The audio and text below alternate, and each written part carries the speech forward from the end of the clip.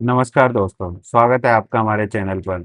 दोस्तों, देश की सबसे बड़ी मेडिकल परीक्षा नीट यूजी 2026 को लेकर अब तक का सबसे बड़ा खुलासा सामने आया है। सीबीआई की शुरुआती जांच में जो बातें सामने आई हैं, उन्हें सुनकर आप भी हैरान रह जाएंगे। दावा किया जा रहा है कि नीट यूजी 2026 का पूरा क्वेश्चन पेपर हाथ से लिखा गया था, फिर उसे स्कैन करके पीडीएफ बनाया गया था और बाद में कोचिंग सेंटर्स और छात्रों तक पहुंचाया गया। और इस पूर्ण पूरे मामले का कनेक्शन जुड़ा है राजस्थान के सीकर से।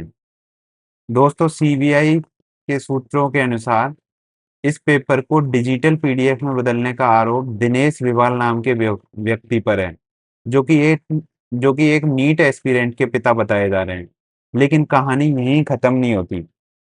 जांच में सामने आया है कि सबसे पहले क्वेश्चन पेपर तक पहुंच बनाई गई, फिर उसे यश यादव नामक व्यक्ति के जरिए राजस्थान भेजा गया। बताया जा रहा है कि यश यादव की पहचान विकास विवाल से थी और फिर यही पेपर स्कैन होकर कोचिंग नेटवर्क तक पहुंचा।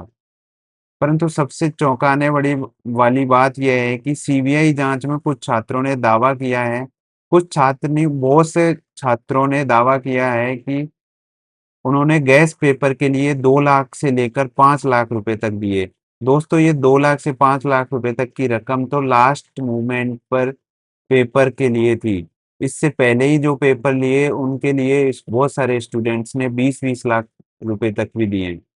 यानी लाखों छात्रों की मेहनत के साथ करोड़ों का खेला खेला जा रहा था। अब सुनिए इस मामले का सबसे शॉकिंग हिस्सा। 4 मई की रात करीब 1:30 बजे की बात है। एक मुखबिर सीकर के उद्योग नगर पुलिस स्टेशन पर पहुंचता है। उसके हाथ में था एक गैस पेपर, जिसके सवाल असली नीट एग्जाम से मैच कर रहे थे।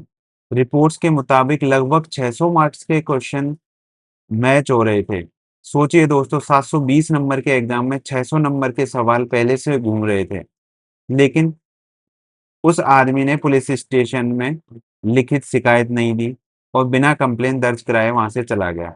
बाद में उसी मुखबिर ने एनटीए को मेल भेजकर पूरा मामला बताया।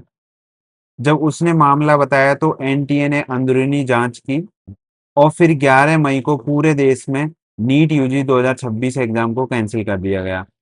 इस फैसले से कम 22 लाख से ज्यादा छात्रों को झटका दे दिया है।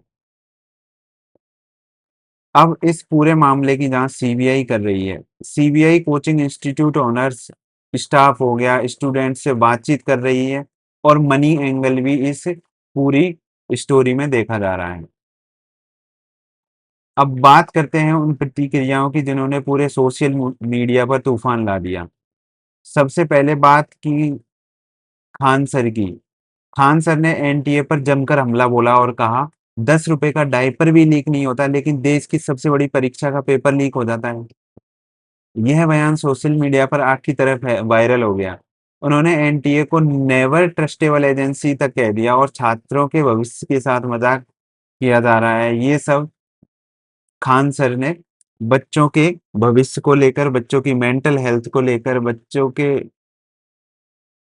हर तरह से नेगेटिविटी को दूर करने के लिए और बच्चों की आवाज उठाने के लिए ये सब कहा। और खान सर ने यहाँ तक कि प्रधानमंत्री नरेंद्र मोदी और सुप्रीम कोर्ट से भी सीधे हस्तक्षेप की मांग की है। उन्होंने यह तक कहा कि जब पेपर लीक माफिया और सिस्टम के अंदर बैठे लोगों पर सख्त कार्रवाई नहीं होगी, तब तक ऐसे ऐसे घोटाले रुकेंगे नहीं। दूसरी तरफ कई शिक्षकों और एजुकेशन एक्सपर्ट ने एग्जाम सिस्टम पर सवाल उठाए हैं। कुछ एक्सपर्ट का तो ये तक कहना है एग्जाम को पूरी तरह डिजिटल कर दो।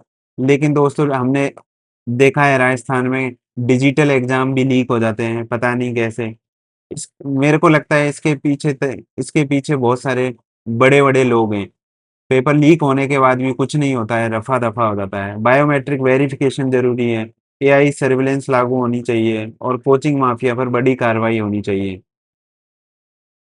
विपक्षी नेताओं ने भी सरकार और एनटीए पर निशाना साधा है। राहुल गांधी ने कहा है कि छात्रों के भविष्य के साथ खिलवाड़ किया गया है और जिम्मेदारों को सख्त से सख्त कार्रवाई होनी चाहिए।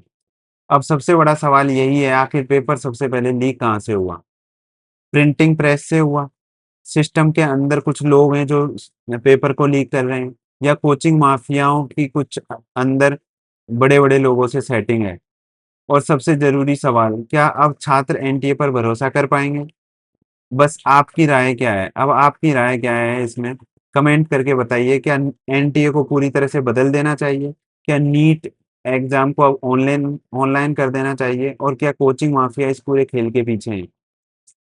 और दोस्तों, जो री एग्ज़ाम कराने की बात हो रही है एग्ज़ाम की, वो या तो जुलाई के जून के एंड में या फिर जुलाई के फर्स्ट वीक तक टेंटेटिव ऐसा लोग बोल रहे हैं, देखते हैं